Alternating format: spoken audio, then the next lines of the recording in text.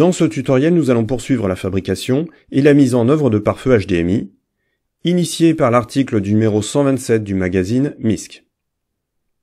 Après l'analyse des bus les plus fréquemment utilisés sur cette liaison, et une sensibilisation aux failles potentielles de certains d'entre eux, puis la fabrication d'un pare-feu fonctionnant autour d'un microcontrôleur STM8, c'est la version initiale de ce pare-feu, conçu par l'ENSI, qui va faire l'objet de cette réalisation. La conception et la réalisation d'une carte électronique finalisée passent par différentes étapes.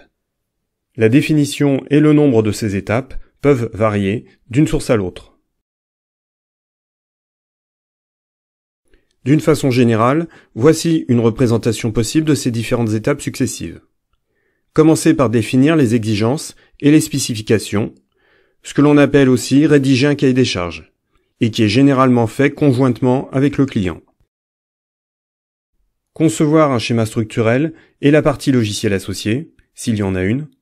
Ça passe par une phase de mise au point, avec des essais en câblage rapide et des outils de développement. Choix du modèle exact des composants, leur format, prix, disponibilité. Ça va de pair avec le sourcing, aussi appelé sourçage, autrement dit le fait de pouvoir s'approvisionner en composants pour fabriquer la carte. Pour mémoire, le sourcing a été un problème majeur durant la période du Covid, même pour de modestes sections d'électronique dans des établissements scolaires. Puis vient l'étape du routage, aussi appelé PCB design. C'est la conception du circuit imprimé, avec des contraintes d'encombrement, de montage dans un boîtier, d'accessibilité des différentes connectiques, de disposition des composants CMS sur deux faces ou une seule face pour faciliter leur câblage. Ce qui aboutit à la génération des fichiers Gerber, prononcés également Gerber. La fabrication des circuits imprimés, communément appelés PCB, est quasi généralement sous-traitée, surtout si, comme dans notre cas, il s'agit d'une carte multicouche. Après livraison des PCB vient l'étape de câblage des composants, l'éventuelle programmation de la carte et les tests de validation. Bien sûr, si on veut industrialiser la fabrication, d'autres étapes sont à prévoir, mais elles ne sont pas abordées dans cette vidéo.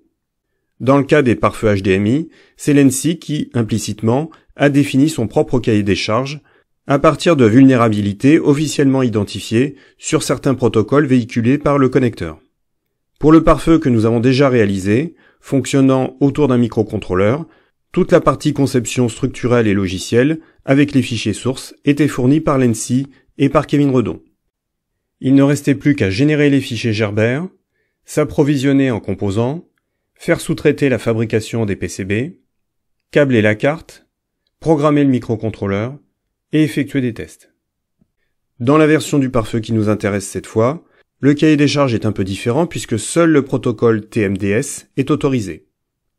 Un schéma structurel est fourni, il va tout de même falloir y apporter quelques modifications et en effectuer la saisie. Il n'y a pas de microcontrôleur sur la carte et le 2PROM utilisé sera programmé par une petite application disponible gratuitement et fonctionnant sous Linux. Elle a d'ailleurs été mise en œuvre dans la seconde activité pour récupérer les DID.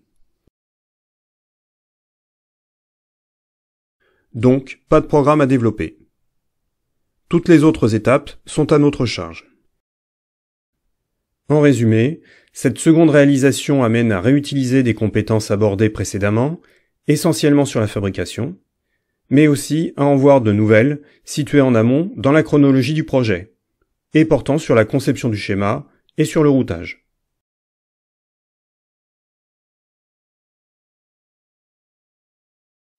Pour réaliser ce second pare-feu, nous disposons du schéma figurant dans l'article du magazine MISC, mais également d'un exposé de Pierre-Michel Ricordel lors d'une conférence annuelle du STIC, Symposium de la sécurité des technologies de l'information et des communications.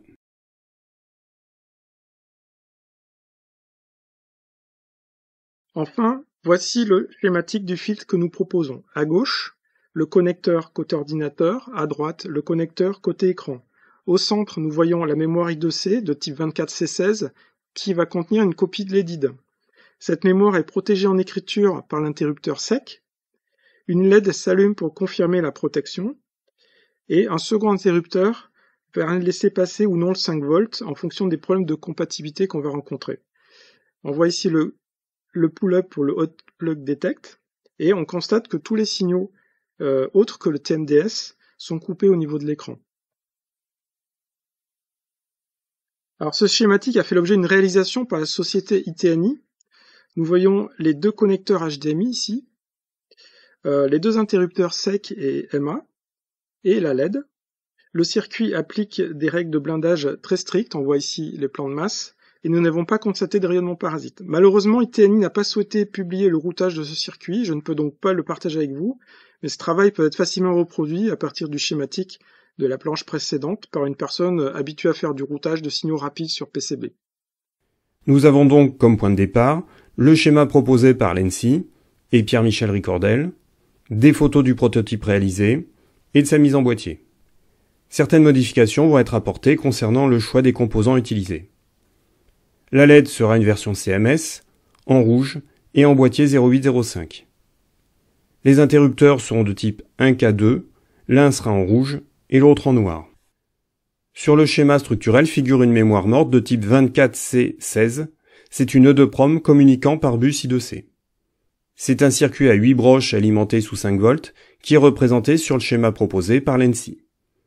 Mais sur la carte réellement fabriquée, c'est un circuit à 5 broches en boîtier SOT235, un modèle identique sera utilisé dans notre version.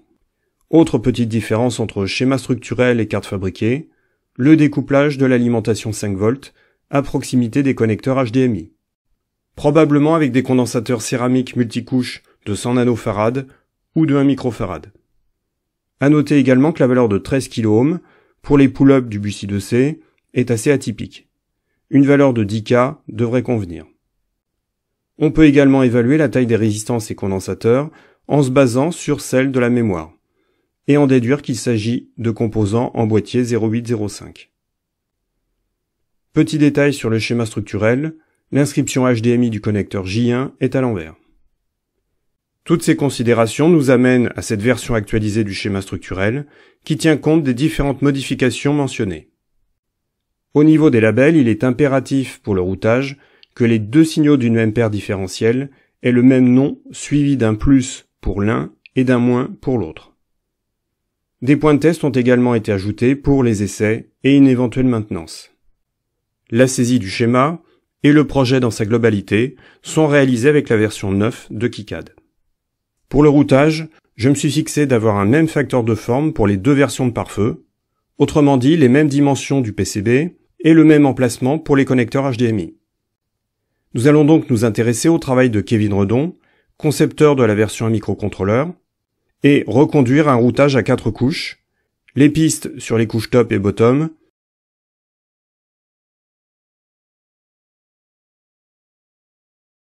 et 2 couches internes réservées au plan de masse.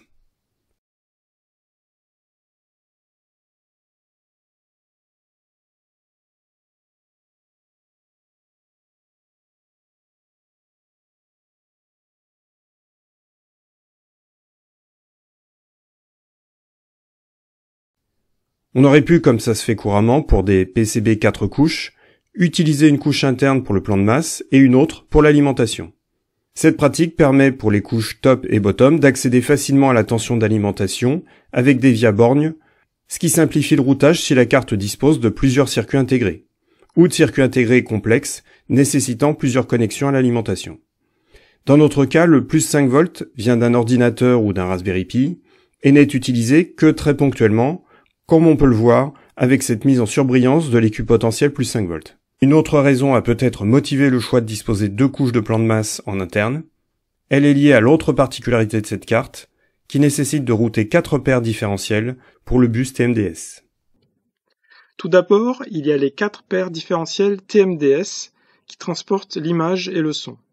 Comme je l'avais présenté lors du STIC 2018, Les 4 paires sont rouge, vert, bleu et horloge. Le son est transmis encodé dans les marges non visibles de l'image. Ces signaux sont unidirectionnels à très haut débit et remplissent une fonction essentielle. La surface d'attaque est ici très faible, notre filtre va donc laisser passer ces signaux directement. Attention cependant au routage des pistes portant ces signaux, il est impératif de respecter le blindage, l'impédance et la longueur des lignes, sinon il existe un risque très important de signaux parasites compromettants, comme je l'avais présenté il y a 3 ans. Le message est clair, si on veut minimiser les risques de dysfonctionnement, il faut donc respecter le blindage, tenir compte de l'impédance, on parle aussi de pistes différentielles à impédance contrôlée, et tracer des lignes de longueur identiques. Là aussi l'expression bus à longueur contrôlée est parfois utilisée. C'est donc une partie à ne pas traiter à la légère et sur laquelle il faut s'informer un minimum. D'autant que contrairement à une liaison USB où seule une paire différentielle est à gérer,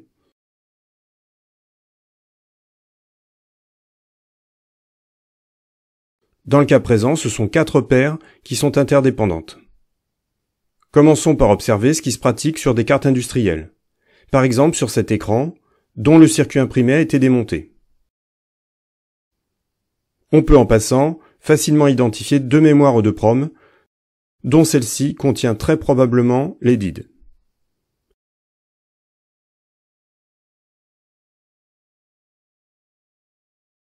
La carte dispose d'un connecteur HDMI et d'un connecteur DisplayPort, qui sont en quelque sorte concurrents en matière de liaison avec un écran. Si on observe le tracé des pistes du bus TMDS, on voit que les 4 paires sont routées en parallèle et ont certainement une longueur identique pour rejoindre le contrôleur d'écran.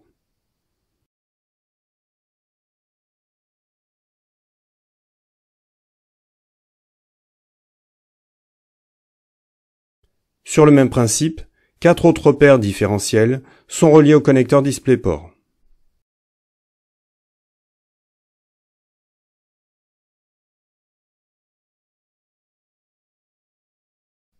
On voit aussi dans les 2 cas la séparation des paires entre elles par le plan de masse.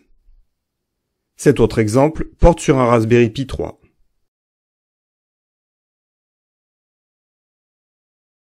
Au niveau du microprocesseur, on voit des paires de fils avec certains tracés sinueux.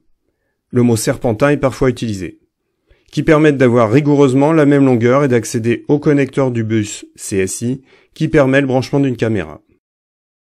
Concernant l'impédance différentielle, c'est l'impédance optimale pour transmettre le signal sans avoir d'écho sur la ligne, et en supprimant les éventuelles interférences sur les 2 conducteurs.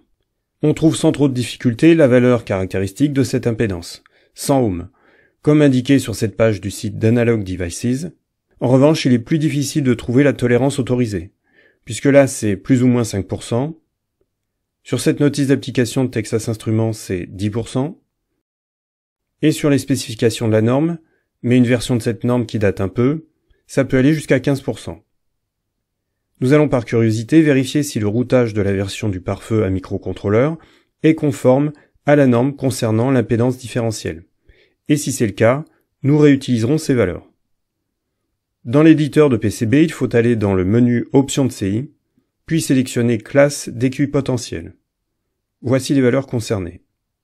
À partir de ces valeurs, le calcul de cette impédance différentielle est assez compliqué. Il existe sur Internet des calculateurs dédiés, comme celui-ci ou celui-là, sur lesquels on peut paramétrer l'épaisseur et la largeur des pistes, la distance entre les pistes, la hauteur de l'isolant, et εr, la constante diélectrique aussi appelée permittivité relative. Cette valeur est liée au matériau isolant séparant les couches de cuivre. Et justement, ce matériau isolant dépend de la façon dont est fabriquée la carte. Or, dans le projet d'origine de Kevin Redon, on peut voir que l'un des fichiers fait référence au fabricant JLC-PCB. Nous allons donc dans un premier temps utiliser le simulateur de ce site, qui intégrera d'origine la valeur de la constante diélectrique réellement utilisée. Sur le site, dans le menu Specify Stack-up, le stack-up étant l'empilage de couches pour la fabrication, il faut sélectionner Impédance Calculator. On retrouve sur cette page le nombre de couches du PCB, 4, son épaisseur globale, 1,6 mm, l'épaisseur des couches internes et externes. Sur la couche externe, 1 OZ correspond à l'unité anglaise, une once, ce qui équivaut à 35 micromètres d'épaisseur. Il s'agit de l'épaisseur par défaut des couches de cuivre sur un circuit imprimé. Il est possible de changer les unités. On peut ensuite configurer les paramètres que nous connaissons. L'impédance souhaitée, le type de configuration. Dans le cas du pare-feu, le plan de masse et le routage des paires différentielles ne sont pas sur la même couche, et donc pas dans le même plan. C'est ce que l'on appelle une configuration non coplanaire. On peut renseigner la distance entre les pistes.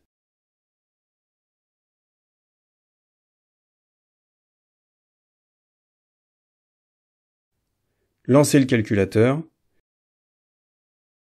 Sélectionner le modèle standard de StackUp qui est 7628.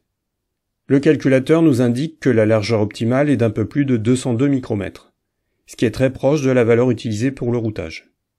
2 paramètres ont été directement renseignés par le site sans qu'on intervienne. La distance entre la paire différentielle et le plan de masse, et la constante diélectrique.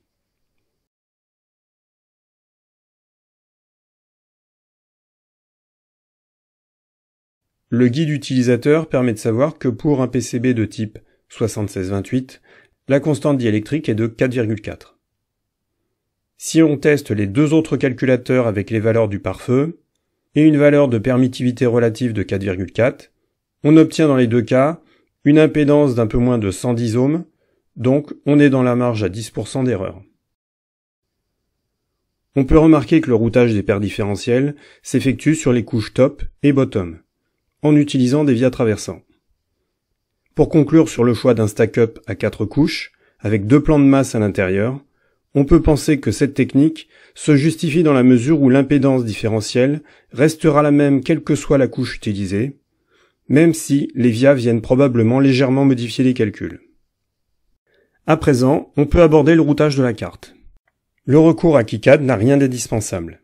Ceux qui souhaitent réaliser le pare-feu avec des logiciels tels que Altium, Proteus, EasyEDA ou autres, pourront tout de même suivre les prochaines étapes, et en particulier les solutions de routage utilisées sur la version à microcontrôleur conçue par Kevin Redon, et dont je vais m'inspirer, et chacun pourra faire l'équivalent avec son propre logiciel.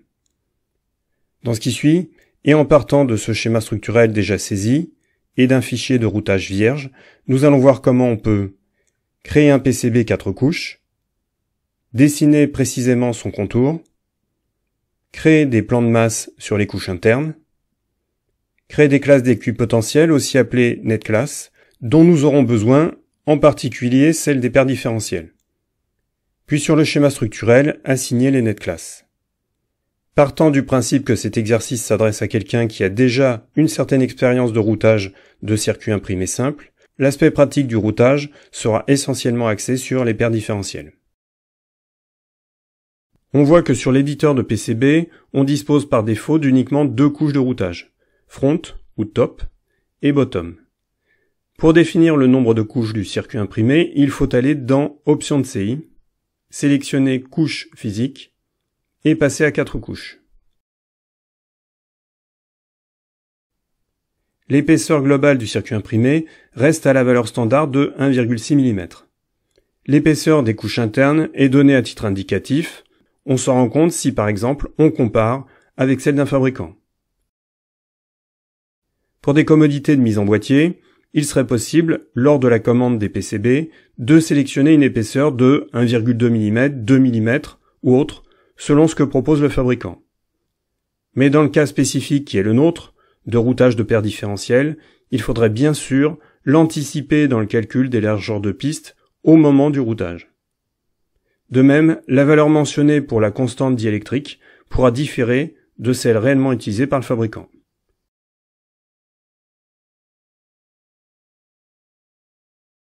À présent, les 2 couches internes ont été ajoutées. Pour définir le contour du PCB, il faut sélectionner la couche Edge Cut, puis le tracé de rectangle. Une fois tracé, si on édite les propriétés du rectangle, on peut définir sa taille exacte.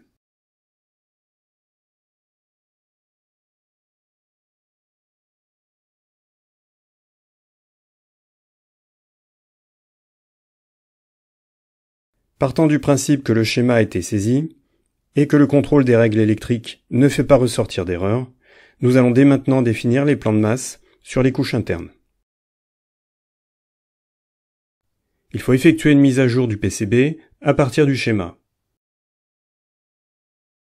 Puis sélectionner une couche interne, utiliser l'outil Tracer zone remplie,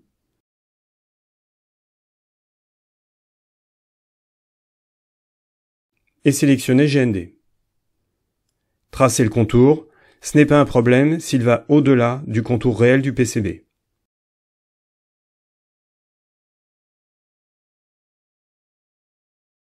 On peut afficher le remplissage et l'actualiser en appuyant sur la touche B.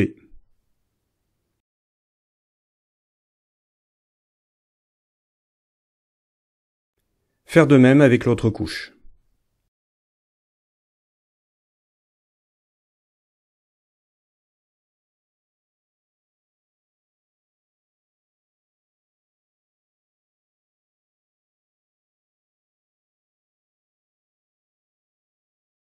Prenons le temps de faire quelques observations sur le routage du pare-feu version microcontrôleur.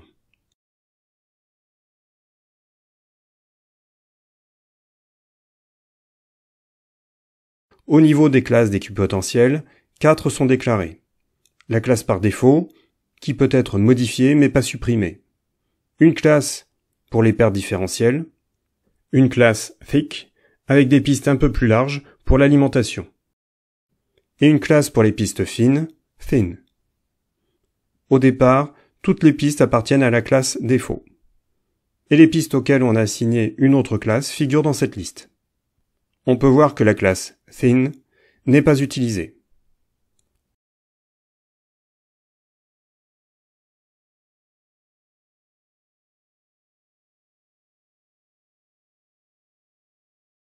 Sur la version AE2PROM, nous allons créer les classes thick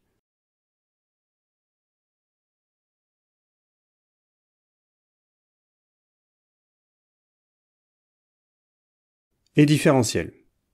On pourra en profiter, si nécessaire, pour ajuster les valeurs de cette classe en fonction des calculs effectués sur le site de tel ou tel fabricant de PCB, comme on l'a vu précédemment.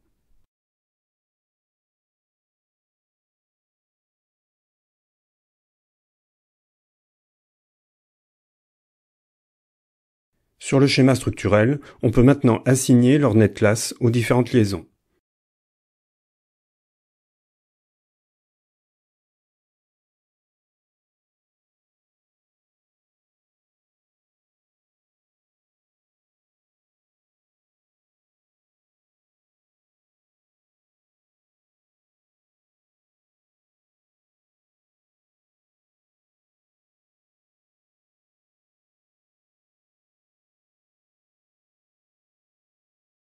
Et vérifier cette assignation par l'intermédiaire du menu Configuration schématique. Il est possible de supprimer ou de réassigner une net class.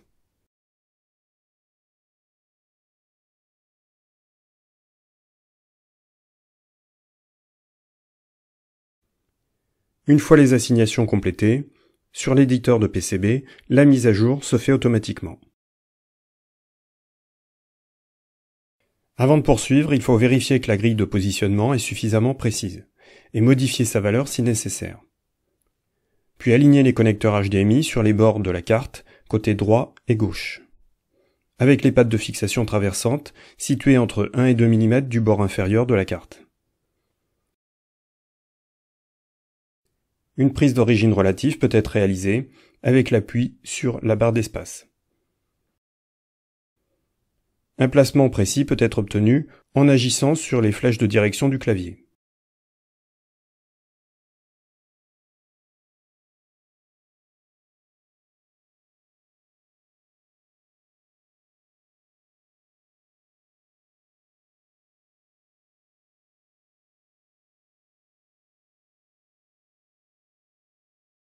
Ce qui donne cela.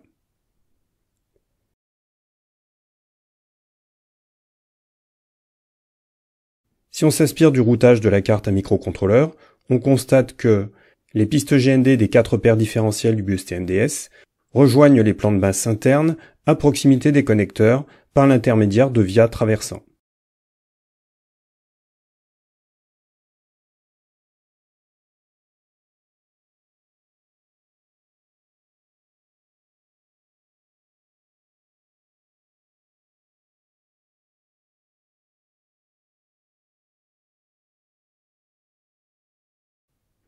Comme déjà mentionné, l'objectif est de se focaliser sur le routage des paires différentielles, donc le placement et le routage des autres composants va se faire en un clic.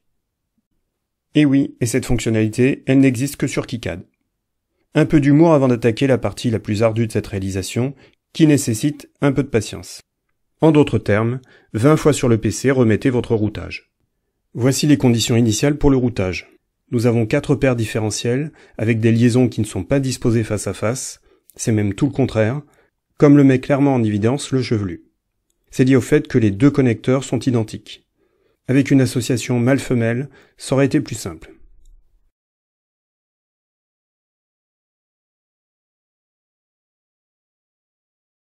Pour chaque paire différentielle, les signaux doivent être intervertis avant d'arriver sur l'autre connecteur. Or, les connecteurs HDMI sont en version CMS. L'accès aux broches ne peut se faire que du côté top. Donc il faut faire un double changement de face pour chaque paire afin d'obtenir cette inversion. C'est ce que l'on peut vérifier sur le routage de la version microcontrôleur. Chaque paire commence en rouge, puis passe en bleu et repasse en rouge. On est loin de l'exemple de l'écran vu précédemment, où les liaisons étaient directes.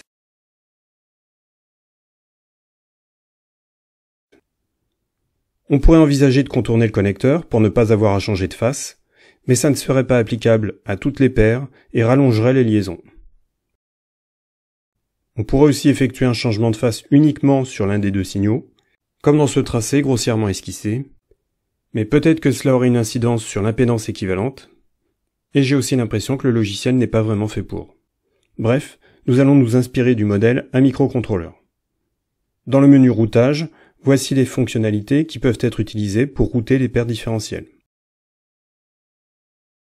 Et voici un autre moyen d'accéder à une partie d'entre elles.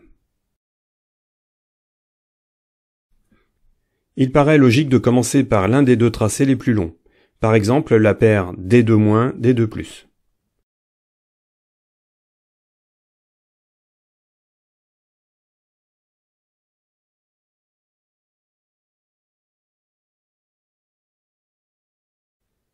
Comme pour un tracé simple, les changements de face se font sur l'appui de la touche V. Il faut alors orienter la position des vias proposées avant de valider leur positionnement. Une disposition oblique facilite un nouveau départ sur l'autre face en ayant interverti les signaux.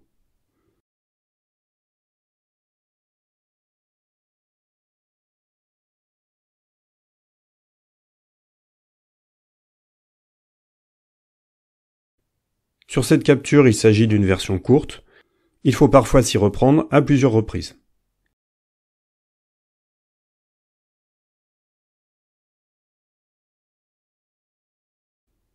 Si on mesure la longueur des pistes, la piste D2- est plus longue que D2+. On peut alors ajuster la piste la plus courte sur la plus longue.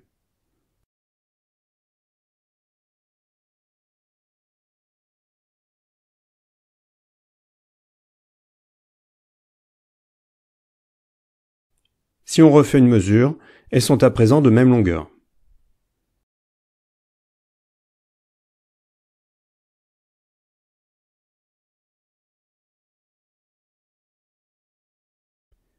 Notez que dans cette illustration, l'ajustement des longueurs s'est fait sans problème, mais si nécessaire, il est possible de modifier les paramètres du tracé correctif par l'intermédiaire de ce menu.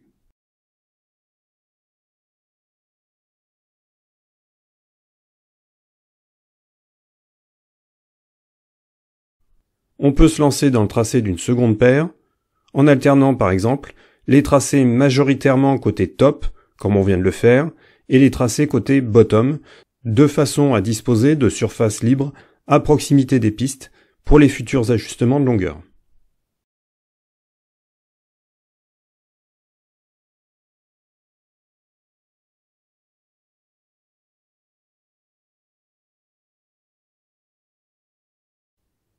On voit que les 2 pistes ont la même longueur, donc pas d'ajustement nécessaire entre elles.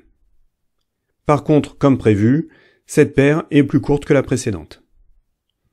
Il va falloir utiliser le dernier outil à notre disposition qui permet d'ajuster la longueur d'une paire différentielle en définissant la longueur ciblée qui est celle de la paire la plus longue.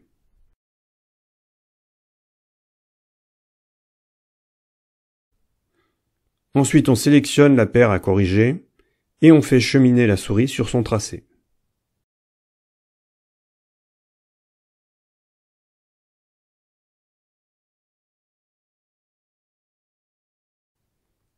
On peut vérifier que la différence entre la longueur cible et la longueur réelle est infime. Et vérifier aussi la longueur réelle des paires. Sur le même principe, il faut à présent tracer les deux dernières paires. Et si éventuellement l'une de ces paires est plus longue que celle déjà tracée, sa longueur deviendra la référence et il faudra corriger les paires précédentes pour qu'elles s'alignent sur cette nouvelle longueur. Sur un routage finalisé, voici ce que l'on peut obtenir.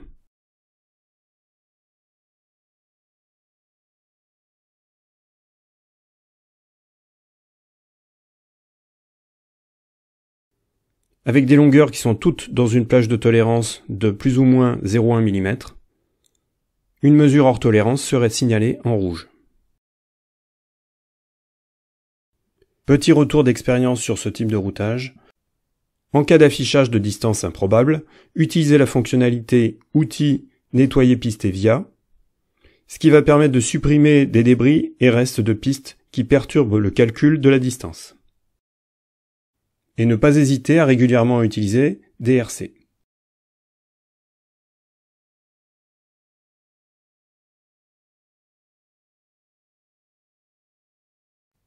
Revenons sur l'une des remarques de M. Ricordel. Le circuit applique des règles de blindage très strictes, on voit ici les plans de masse.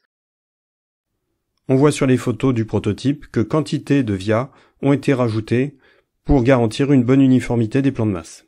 Donc nous allons faire de même.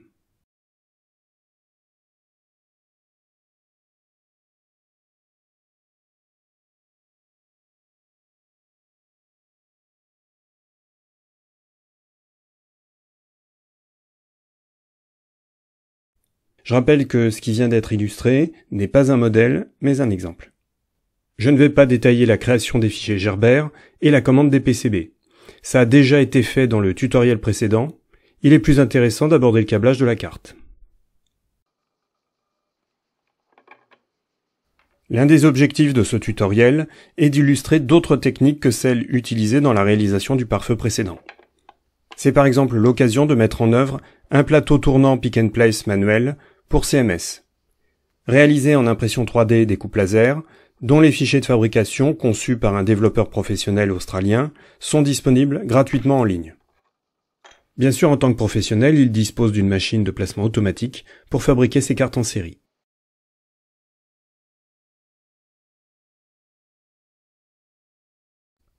L'occasion de voir aussi que certains composants sont parfois livrés sans sérigraphie. C'est un défaut qui ne gêne pas les machines de placement automatique, mais lorsqu'on place les composants manuellement, il faut être vigilant, surtout si sur une même carte, plusieurs composants de valeurs différentes ont ce type de problème. Cette fois pour le brasage, et en ayant pour objectif de varier les plaisirs, nous n'aurons pas recours au four à refusion, mais deux techniques différentes vont être mises en œuvre. Notez qu'elles sont réservées au prototypage et non pas aux fabrications en série. La première consiste à utiliser un plateau chauffant, aussi appelé hot plate. Il en existe de différentes tailles et de plus ou moins paramétrables. Voici celui qui sera utilisé pour la démo. Avec ce modèle, pas de profil de refusion programmable, mais nous allons voir que ce n'est pas pénalisant dans la mesure où les circuits utilisés sont assez standards. Cependant, un petit problème se pose concernant les fixations traversantes des connecteurs HDMI. Il faut les raccourcir avec une pince coupante pour que l'intégralité du PCB repose sur la surface chauffante, sans qu'aucun composant soit surélevé.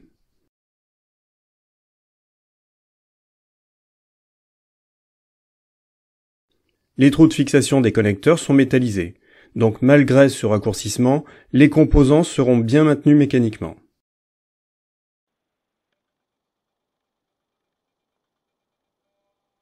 Le support de stencil va pouvoir être réutilisé, c'était l'un des objectifs.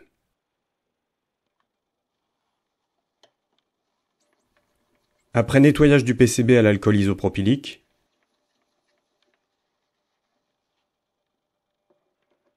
positionnement du stencil,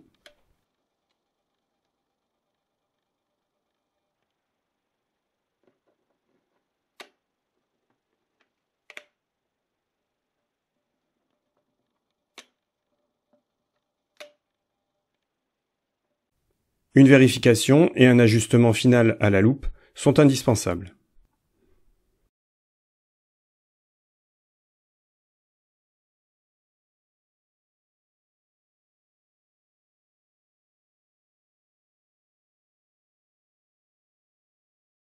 On peut enduire les plages d'accueil de pâte à braser.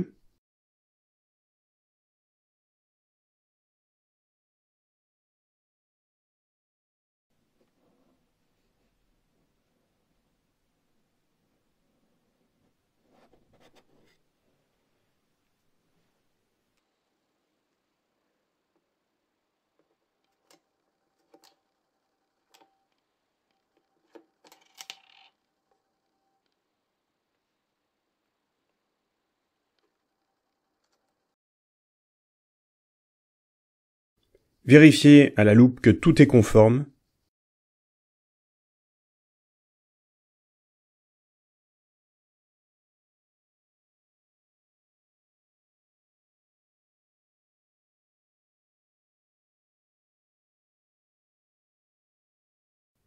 L'aide au placement des composants, proposée par un plugin de KiCad, peut être très pratique.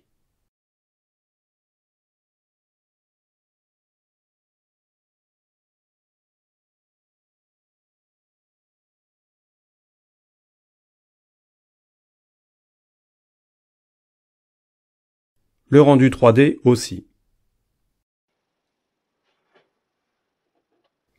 Disposer les CMS avec une pince Bruxelles.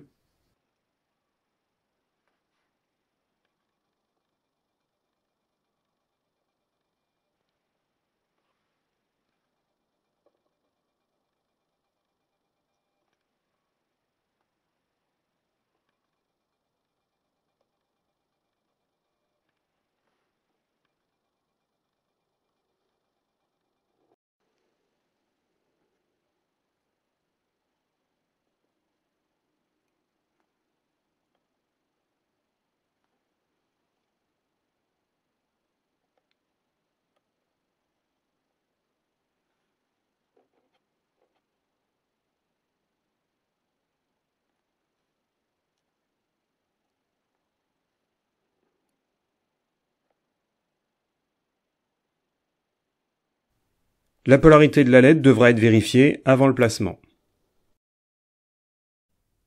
Un passage sous la loupe est nécessaire pour affiner le positionnement, même si le phénomène de tension de surface, aussi appelé tension superficielle, lors de la montée en température de la pâte à braser, permet aux composants CMS de s'auto-aligner sur leur empreinte.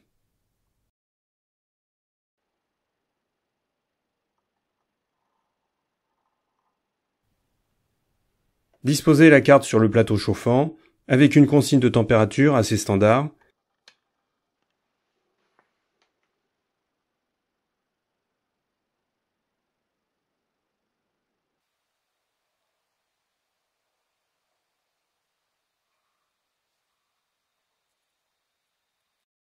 Et attendre quelques minutes que la brasure se fasse.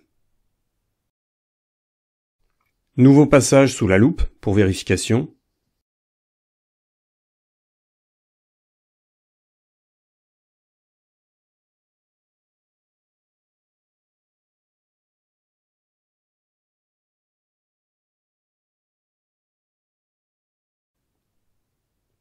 Un seul petit défaut constaté ici, mais qui donne l'occasion de montrer comment enlever l'excédent de brasure avec une panne fine et propre.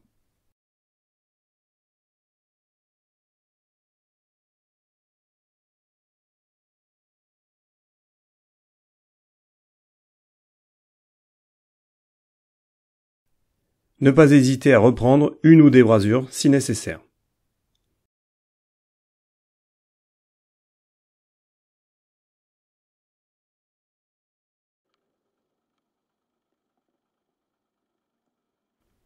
Il ne reste plus qu'à finaliser la soudure des connecteurs et à câbler les interrupteurs et éventuellement les points de test.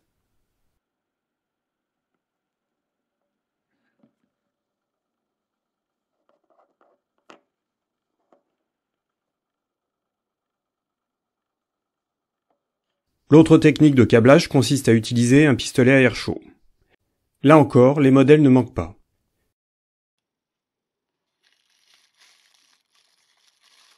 bis repetita concernant le positionnement du stencil, de la pâte à braser et des composants CMS. Mais cette fois, il n'est pas nécessaire de raccourcir les fixations des connecteurs HDMI si on surélève la carte avec un support aux dimensions adaptées.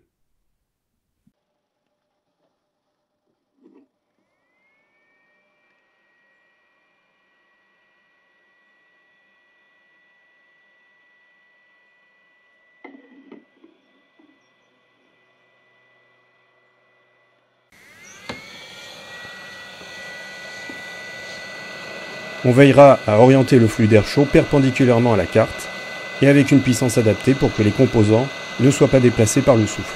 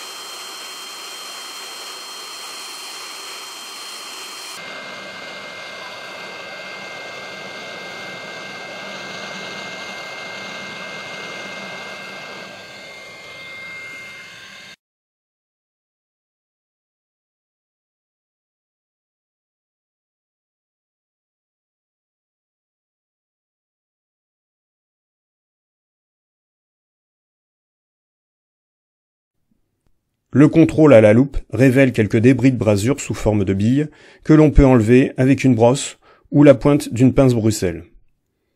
Et un condensateur qui n'est pas correctement brasé, c'est même un contre-exemple d'auto-alignement mentionné précédemment. Le recours à l'arbitrage vidéo montre que je n'ai pas laissé l'air chaud assez longtemps sur ce condensateur.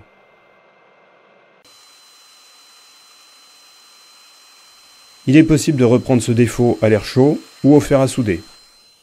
Et si besoin, avec les deux. La finalisation de la carte est à l'identique de la première. On peut maintenant passer à la phase de programmation du pare-feu. Ce qui suit s'appuie sur des notions et des informations déjà abordées dans le second tutoriel et qui ne seront pas à nouveau exposées ou le seront de manière très succincte. Nous avons vu en détail comment sur Raspberry Pi récupérer l'édit d'un écran avec le logiciel EditRW disponible sur GitHub. La démo va être faite avec cet écran. Dans un premier temps, il est relié directement à un Raspberry Pi 3. Pour les besoins de la manip, en particulier lorsqu'on va débrancher l'écran, une liaison avec le Raspberry Pi depuis un PC par VNC Viewer est nécessaire. On peut effectuer un I2C Detect sur le port HDMI du Raspberry Pi. L'adresse 50 répond, c'est l'adresse de la mémoire E2PROM qui contient l'EDID de l'écran. Cette commande permet d'afficher l'EDID suivi du décodage des informations qu'il contient.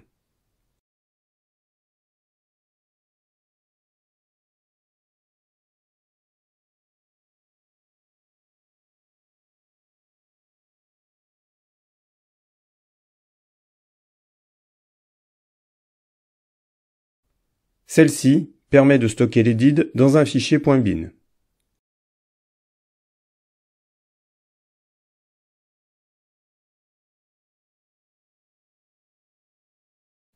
Le fichier obtenu fait 256 octets ou bytes. Maintenant, on peut intercaler le pare-feu.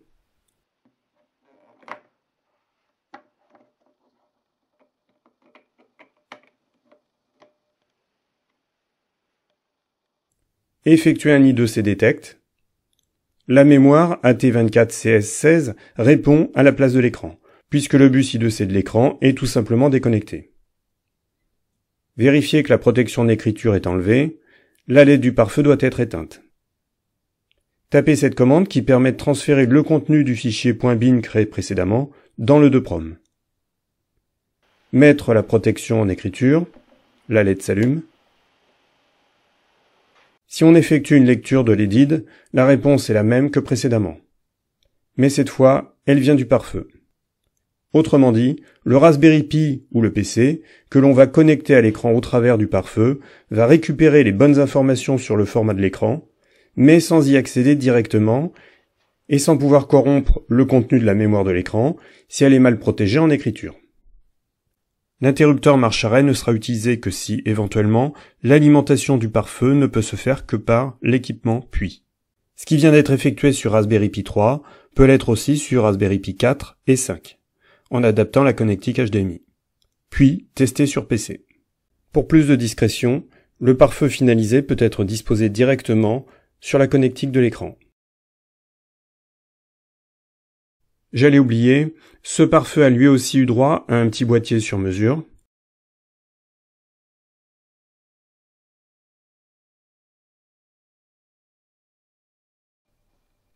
Qu'il peut rejoindre après un dernier nettoyage à l'alcool isopropylique.